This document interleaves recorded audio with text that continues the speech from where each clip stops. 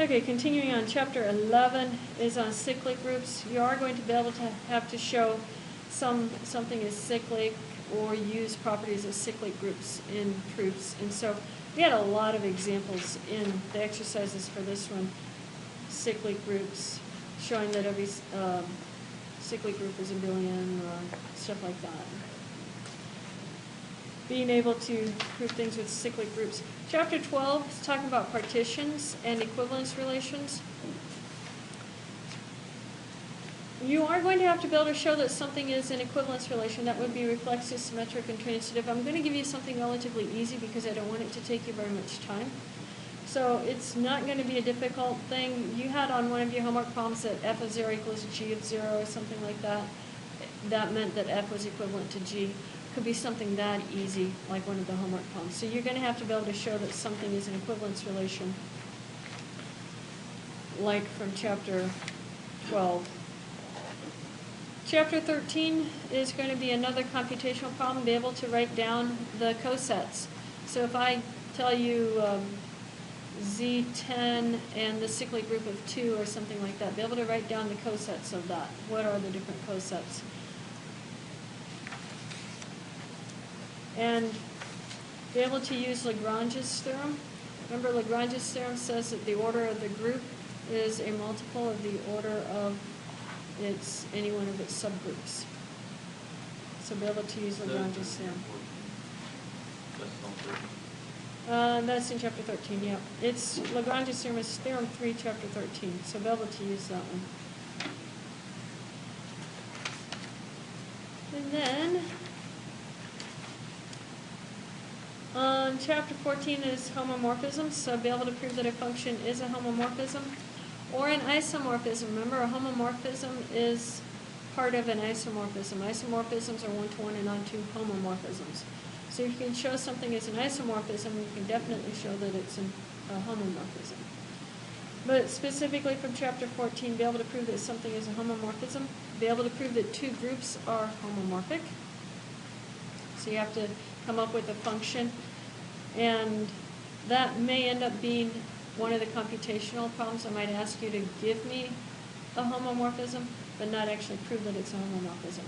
So give me a function mapping that maps one group to another that is a homomorphism. And so I'll be specific about the group type of thing. Be able to prove that something is a normal subgroup. That is also from chapter 14. So you're going to have to be able to show that something is a normal subgroup, which we did actually in the homework sections in chapter 14. And then on chapter 15, quotient groups. Remember, quotient groups are cosets whose kind of generator, or whatever you want to call it, is a normal subgroup. That's the only difference between cosets and quotient groups. They come from subgroups that are normal subgroups of a group. So be able to give me the list of elements in a quotient group. Be able to use theorem 5. We use that quite a few times in the homework. So be able to use theorem 5. That's talking about HA equals H if and only if A is an element of H. That theorem. You're going to need to know that. And then, of course, another example would be being able to make the table of quotient groups, like in example A1 and 2. Then in chapter 16, this is a fundamental homomorphism theorem. So you'll have a question very similar to the homework. Notice that those homework problems were 2 or 3 lines each. You have to show that F was a homomorphism. You have to show it's onto, and then you determine what the kernel was for F, and use a fundamental homomorphism theorem to determine that your group is isomorphic to its factor group. To its factor group mod the kernel. Isomorphic. 2 equals with a little funky line on top. Isomorphic. And so you're going to have one of those, and that will be an easy proof question. I have no idea what the extra credit is going to be yet. But the proofs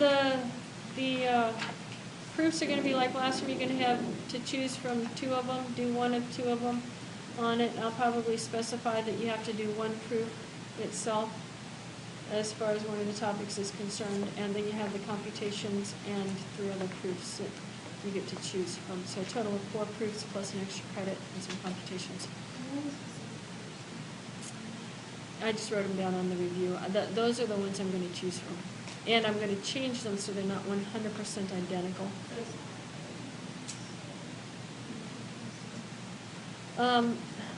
I would know how to prove all the ones that I have listed on there. I went through all the sections and said which ones to be able to prove on the review that I posted online. So yeah, those are the ones I would be able to prove. And 1 or 2 of them probably will show up in partial or entirety on the test. Yeah, but I don't know what's going to be the extra credit yet. I haven't thought that far ahead. Kaylee's Sim was such an obvious choice last time, so I don't know what it is going to be this time. Any questions on that? If you want a better idea, come talk to me on Monday. It will be written on Sunday. Is it just this test and 1 more test? And the 1 more test is during the final exam. And it's 17 through 25, except we skip one of the chapters in there.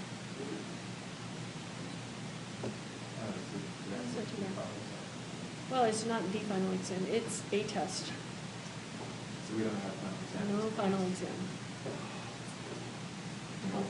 Used to be a final project, but this book went slow enough that if I'm going to cover the same information that I've covered in years past, at the rate this book covers it, I don't have time to do a final project. At least you don't think I'll have time to do a final project, we'll put it that way. So yeah, no final project. How come that thing didn't run?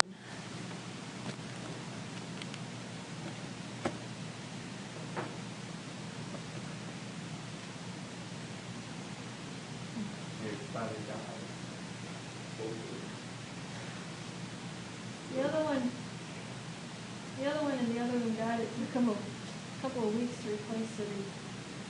While you can actually see white with the other one, it's about as dim as this one. I really want to just pull it out of the wall. Okay, chapter 17. We're going to go over a couple of things here. The homework for this is not due until after the test. Yeah, so test is on Tuesday next week. This homework is due Thursday.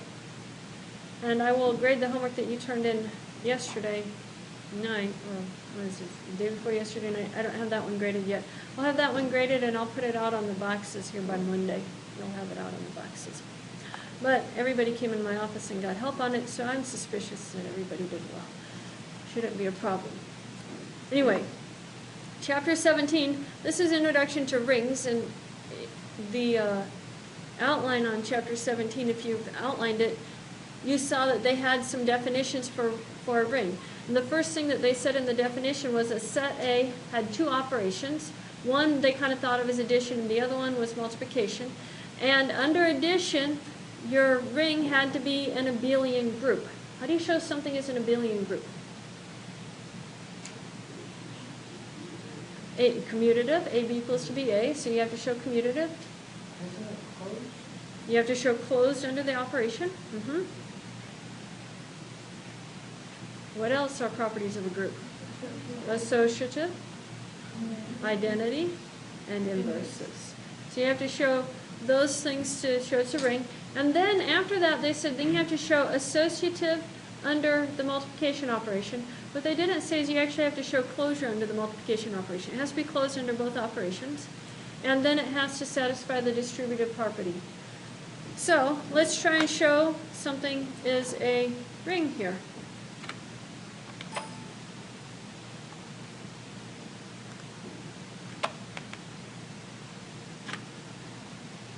So here's our hypothesis. Let A be our set of rational numbers, and we have these operations right here.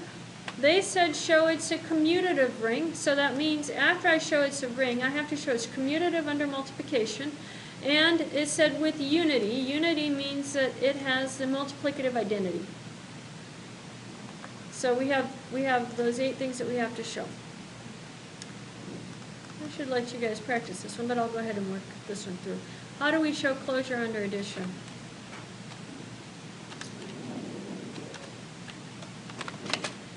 We have to get two elements in A, right? Apply the operation. Fancy that, I chose A and B. Apply the operation for addition. A plus B equals A plus B plus 1. But what was A defined to be? Rational numbers. So, A plus B plus 1, rational number? Yep.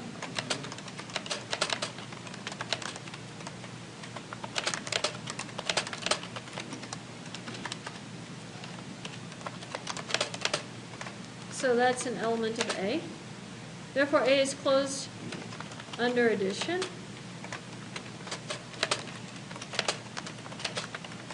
And even though they call it addition with a circle around it, we can just go ahead and call it addition. Okay? So that's what we're talking about for addition operation. I'm going to go ahead and show closure under multiplication while we're here.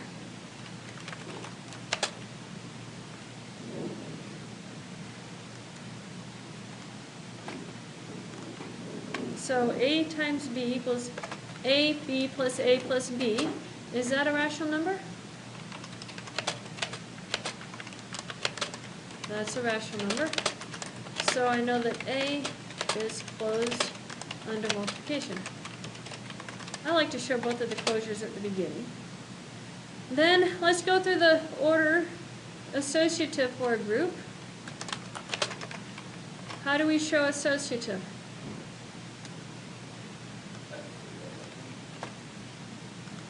We're going to have A plus B plus C. Yeah, that's commutative. Yeah, which we're going to get to. A plus B plus C. And we have to show that that is equal to, yeah, A plus B plus C. So let's work it through. We're going to work through the first part. We're going to have A plus, what is B plus C? B plus C plus 1. Now, use a formula and add A to that. Plus 1. Now, let's start from this direction and see if we can't make them meet in the middle. This right here, A plus B is going to be A plus B plus 1 with C. And then what is that equal to? A plus B plus 1 plus C plus 1. Yeah, A plus B plus 1 plus C plus 1. Will our test just be over this? This next test. Next test. No. This is you get extra credit for this. What? Why is what? The idea of a ring, why is that? It has two operations, not just one. So it's just This is just the first part. We have to show it's a group first. In fact, we have to show it's an abelian group, so we have to show it's commutative and all the group properties. And then we show the extra couple of properties for a ring, which is a second, yeah. So addition is associative. Now, identity and then inverses. Now we have to calculate the identity. So let's, oh, I don't want to do it in this one. Let's get a new one right here. I need some scratch paper. So to calculate the identity for something, we need A plus E, right? Has to be equal to A. That's the definition for the identity. And the other way around, E plus A has to be equal to A. So let's plug it into the formula and check and see. A plus E is equal to what? A plus E plus 1. And we want that to be equal to A. So what does that tell us? Well, I'll put this down here in the next line.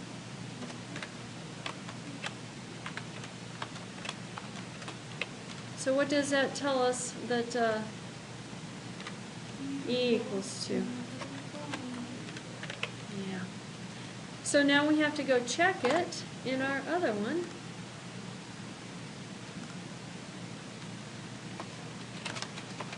And remember, we don't show the scratch work. We just show the check on it, verify that it is.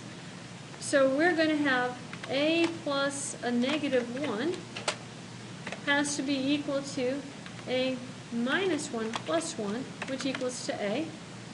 And minus 1 plus a is equal to minus 1 plus a plus 1, which is also equal to a. You have to note that minus 1 is an element of a because it's a rational number. So that's the identity of a. That makes sense? Now we have to show inverses. And what is our definition for inverses? Yeah, I can call it a and a inverse. So we do a plus a inverse has to be equal to the identity. Yeah. So that tells us that negative 1 equals to a plus a inverse plus 1. Now, what does this tell us? Subtract your 1 over to the other side and your a over to the other side, and you have a inverse is equal to what?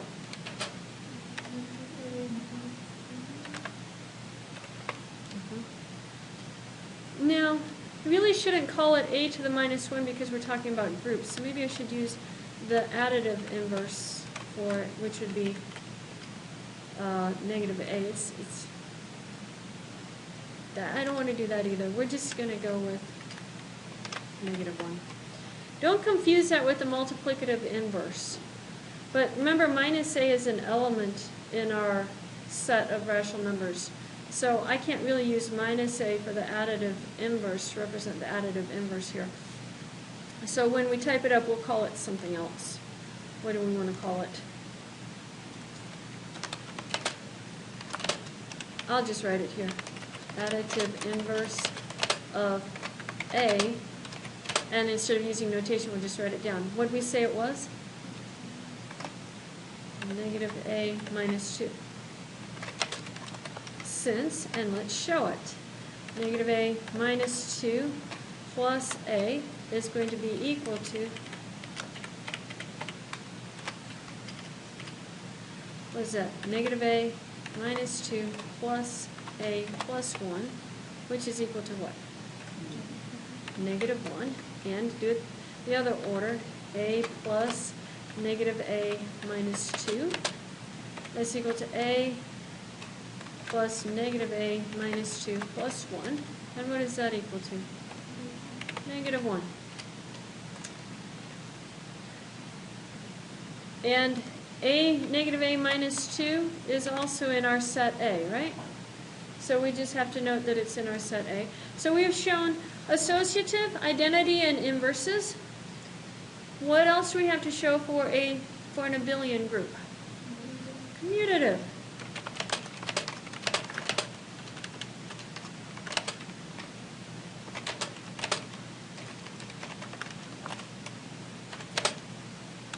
So to show commutative, we need 2 elements.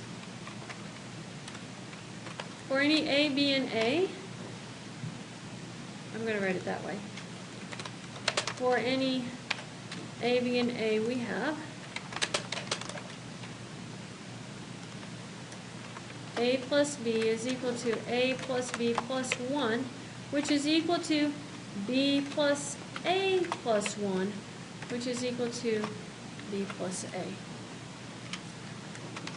Thus, A is an abelian group under the operation of addition. Now the last 2 things we have to do is we have to show that it's associative under multiplication and the distributive property holds.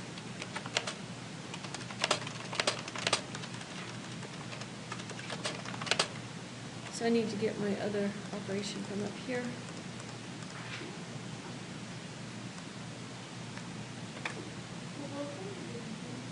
And what? Holding the license. Yes, yes, yes, yes, yes.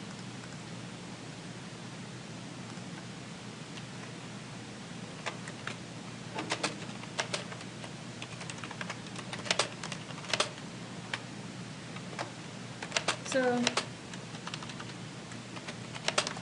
for any A, B, and C in A, what do we have?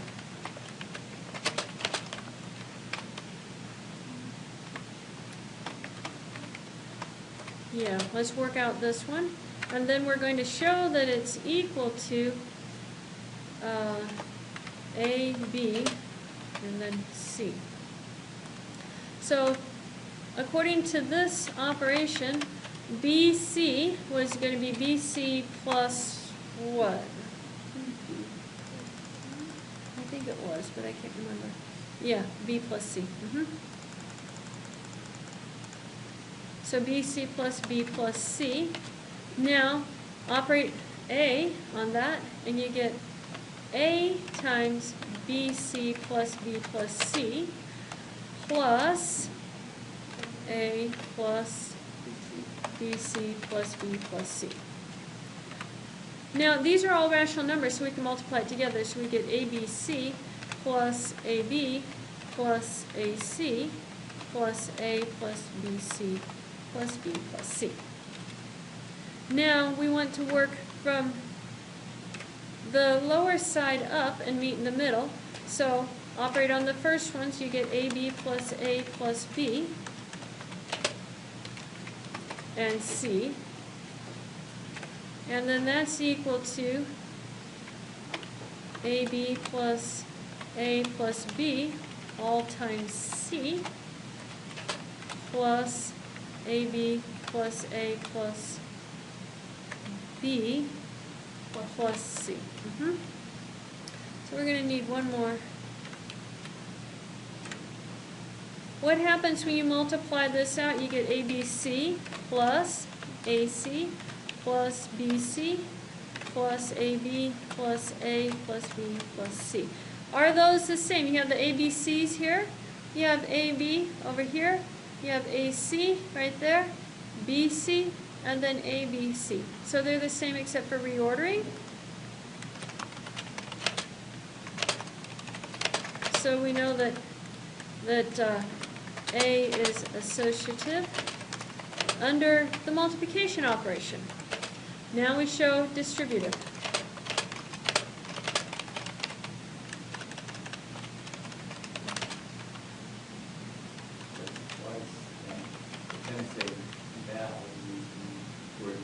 I do. And I can't spell distributive when I'm typing. I get IR instead of RI. Distributive.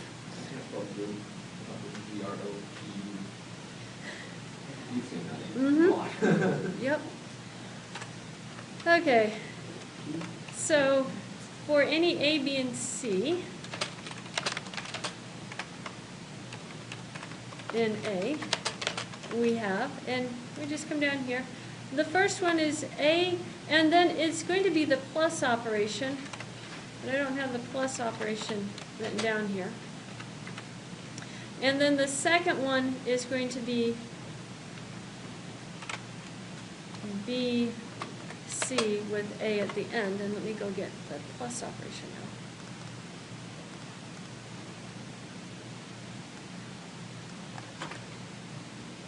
You can see I'm going to need to make shortcuts for those. Oh, I got the multiplication in the wrong spot. Plus goes inside.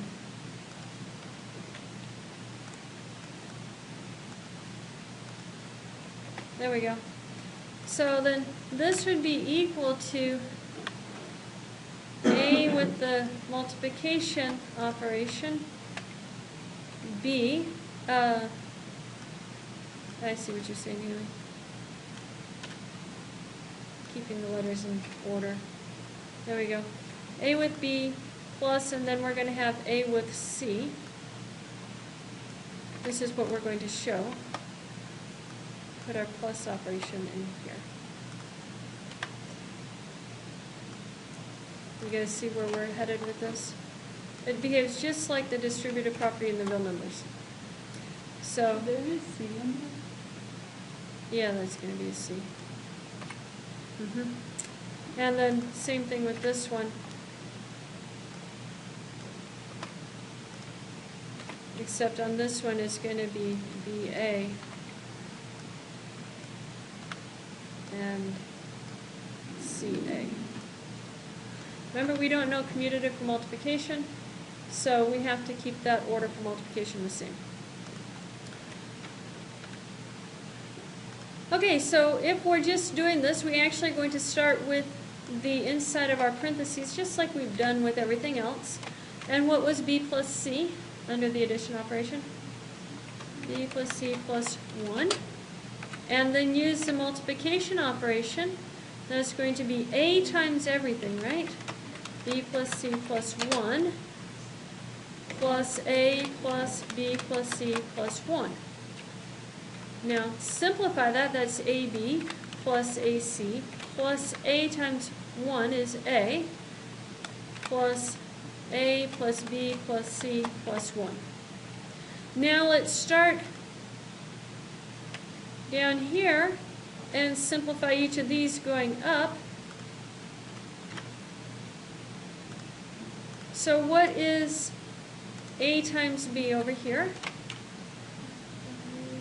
AB plus A plus B.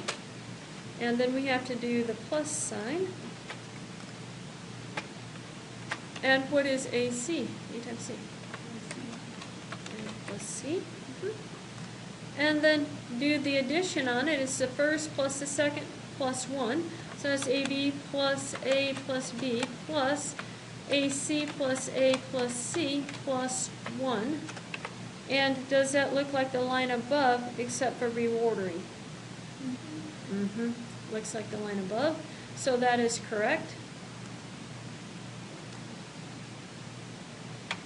We're going to do the same thing for the next one.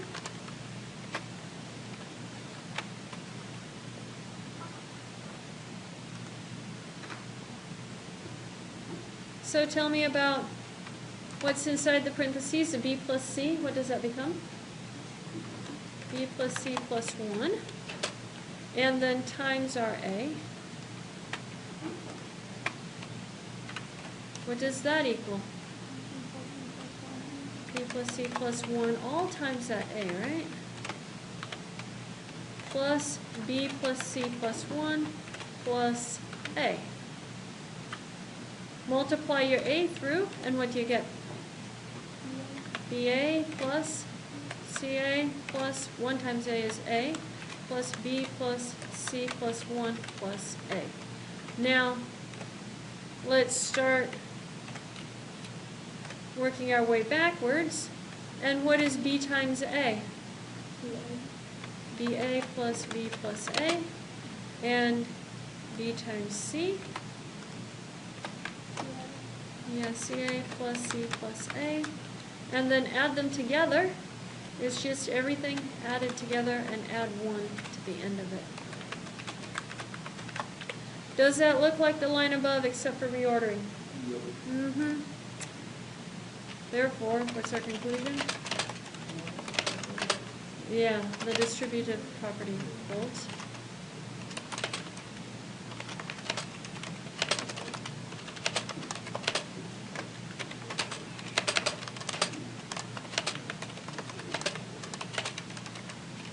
Now, at this point, I have shown that it's a ring. That's all you have to do to show that it's a ring.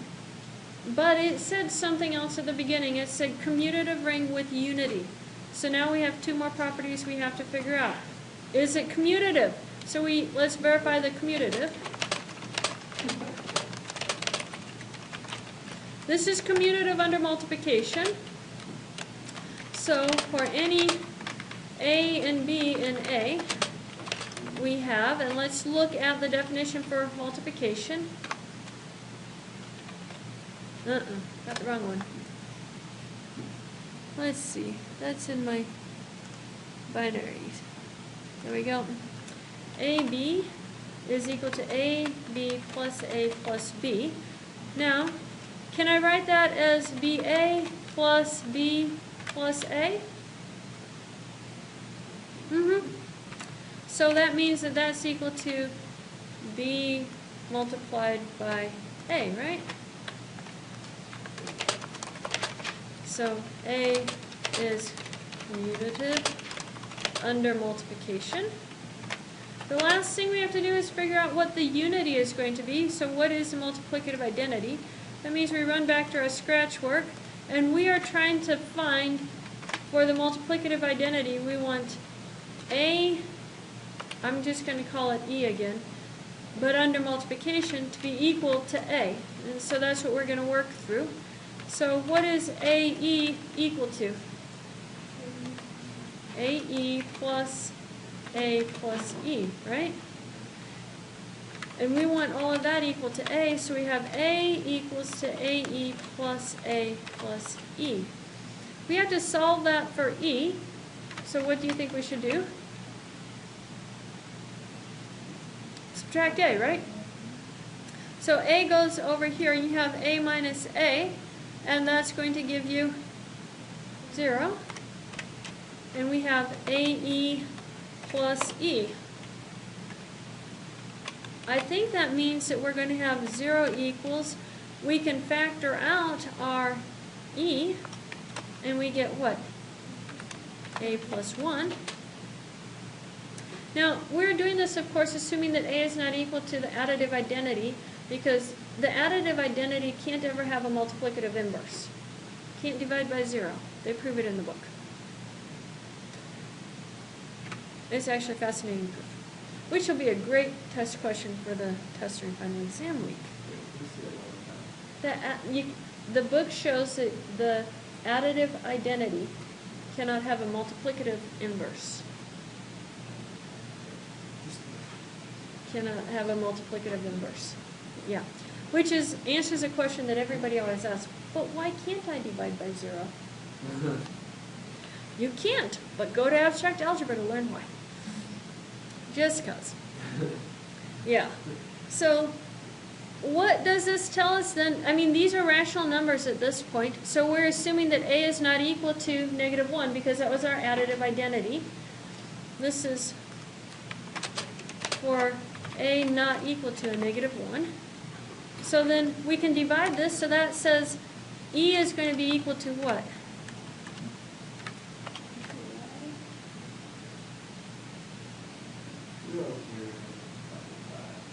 Yeah, 0 divided by some number, which is going to be 0. I was just thinking, yeah, we talked about 0 divisors. The rational numbers, if you multiply any two rational numbers together that are non-zero, they have to have non-zero answers. You guys saw that kind of discussion in this section about 0 divisors. But in this set, we have rational numbers, so we can make this claim. So the multiplicative identity is equal to 0. Quite fascinating. Now let's take our little bit of scratch work and go over here.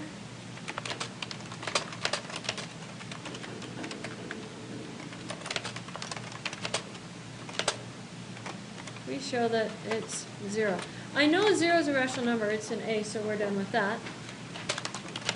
So come down here and see what we have. If we're showing it, let's look at A times 0. That's going to be A0 in the rational numbers plus A plus 0. A times 0 is equal to 0. And that sure looks like that's equal to A to me. Look at it going the other direction. It has to work both directions. So 0 times A is going to be 0 times A plus 0 plus A. That, to me, sure looks like 0 plus 0 plus A, which is A. 0. Someone told you that? Then you'd have to ask them if someone did, well, then what's 2 times 0? And they'll get out the calculator and punch it in and hopefully arrive at 0. Yes. They're really strange to put that.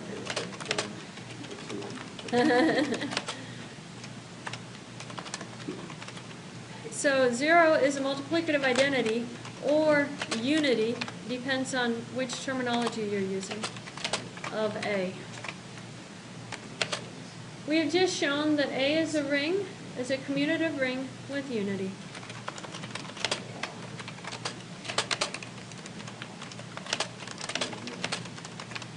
As you can see on the next test, the one during the final exam time, you won't have a full one of these to do. I'll give you part of it. But you won't have to do the full one because that'll take you. The whole task is just do that? Yeah. Oh no, there's so much much more fascinating stuff to put on the test. This is important, but it's like being able to count is important for algebra. Well, we are in algebra. We are in algebra. Now, I put this question on here before we look at A6, and that is the ring in part 2, the one I just did above, because that was A number 2, is the ring in part 2 an integral domain? What was the definition of an integral domain?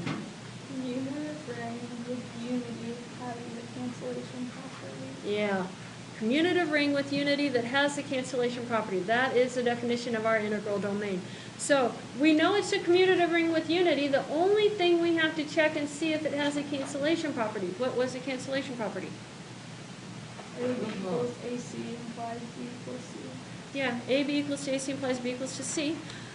We could also, remember you have a theorem in there that says if it has a cancellation property, then it has no zero divisors. So we could also go the route of looking at zero divisors. Which way do you guys want to look at it? I don't get the definition, like A B equals AC implies B equals C. Do you use the addition or multiplication? AB would be multiplication. So Oh, okay. So using the definition of cancellation, the cancellation idea, we're going to have AB plus AC, right? No, this is AB equals Oh, AC. AB equals to AC. So let me put this in here. Let's see what this is going to calculate out to be. What is A times B? AB plus A plus B has to be equal to AC plus A plus C. And what does that tell us then? Does anything, AB plus B. yeah, well, the A's are going to cancel, right? You can subtract the A's from both sides. And so we have AB plus B equals AC plus C. Well, that's just what you said. AB plus B equals AC plus C. But how does that help us? Being A plus 1. Yeah. We were trying to get all the A's to go away. You did like So- B A plus 1, C A plus 1.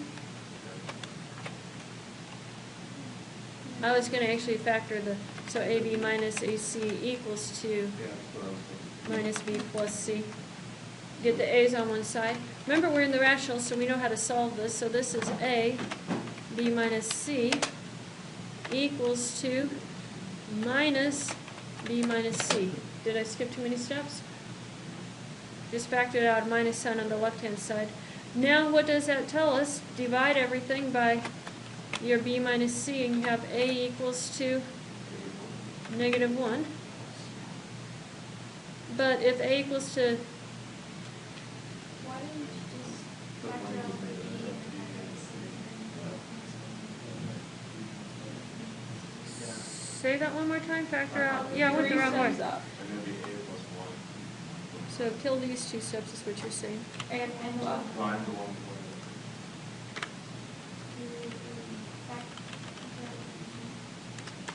So, oh, I see what you're talking about.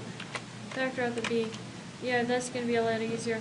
A plus 1 equals to, because I got to a dead end, C, A plus 1.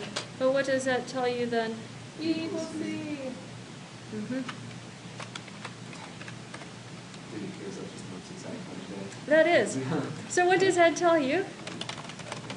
Therefore, Therefore.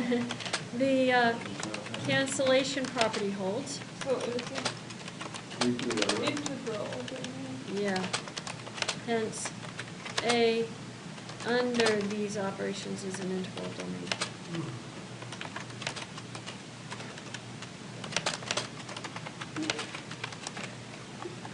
Okay. I didn't ask us to prove it, I just wanted us to determine whether it was. Look at A6. You're going to have something like this in your homework. It says, prove that the ring in part 2 is a field and indicate the multiplicative inverse of an arbitrary non-zero element. How do we prove something is a field? When A is a commutative ring with unity and with every non-zero element is invertible. Yeah, so note from A2 that A is a commutative ring, right? And has unity. With unity. So the last thing we have to do is show that every non-zero element, when it says non-zero, what does it mean? We're assuming zero is the additive identity. So non-zero here means non-additive identity. Okay? So let A not be equal to, what was our additive identity in this one? -1. Be an element of our capital set A. We have to figure out, let's go to our scratch work, what would be our multiplicative inverse. So in this case, I'm going to use the multiplicative inverse notation, a to the -1. We want this to be equal to the multiplicative identity, which was what? 0. I believe. Let's go back and check. The inverse was the other one. Let's see, that's the additive. The multiplicative identity is what we're calculating right here. Multiplicative identity, 0. So this ought to be fascinating. So we have 0 has to be equal to, use the multiplication, this is A inverse plus A inverse. And we have to solve this for A inverse, so take your A to the other side, and you're going to have minus A is equal to, actually, what was our additive inverse instead of minus A? Because we have to add the inverse to take it to the other side. Our additive inverse was -2 minus A, right? Yeah, -2 minus A, our additive inverse. So -2 minus A has to be equal to A, the multiplicative inverse. The A went away because we added it to the other side, plus A inverse. Now, we should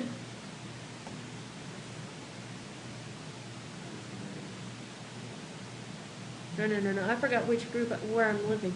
I'm living in the rational numbers right now. I don't have to do this. This is still just a minus A. When we translate things, we'll translate it. But right now, it's just going to be our minus A, because these are the rational numbers that I'm living in. Do you guys see that? Yeah, I'm just living in the rational numbers right now. So take the minus A over, factor out. We're going to have minus A is equal to A inverse times what? A plus 1. Yeah, so now we're going to divide, so we have A inverse is equal to minus A over what? A plus 1? Where I'm using minus A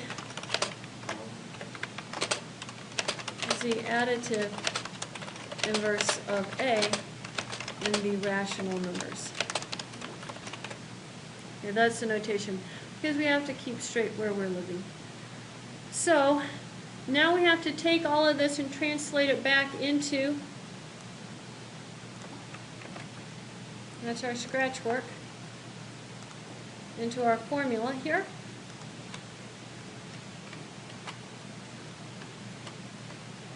Then what we're going to do is consider A inverse to be equal to this function right here.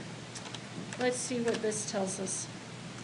Then when we do A operated on A inverse, go get my element back, what happens?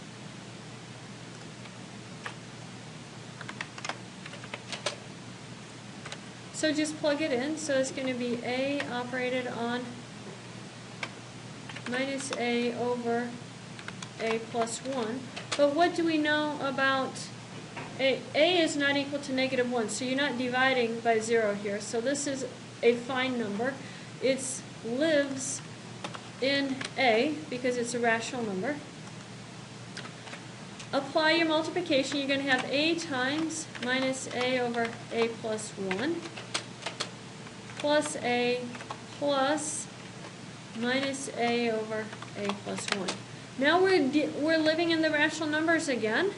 So this becomes minus A squared over A plus 1 plus, get our common denominator, and we have A times A plus 1 over A plus 1 minus A over A plus 1. If you FOIL this out, you get A squared plus A. Put it all over our common denominator. We have minus A squared. Oops. Minus A squared plus A squared plus A minus A all over A plus 1. What is all of that equal to? 0, which is our multiplicative identity.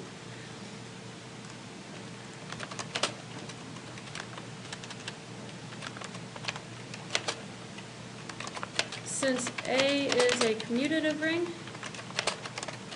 I know that the opposite order holds.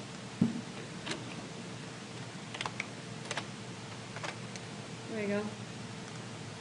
We know that A inverse operating on A equals 0, and hence A inverse equals to minus A over A plus 1 in A is the multiplicative inverse of A not equal to negative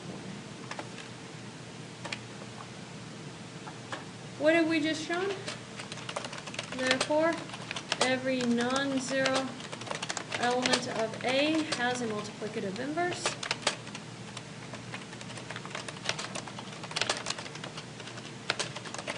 So that tells us that A is a field. Fields are going to be very important to us. We are essentially out of time. If you want to work on the homework, you can. We've got about 8 minutes left in class. If you want to ask me questions on anything pertaining to the test, you may do that also. I will check your outlines next time. I haven't made it around the room to check them this time, so make sure you bring them to class next time. I will check them next time. And also check the outlines for chapter 18 next time. Okay? That's how that's going to work. That way then maybe Brody and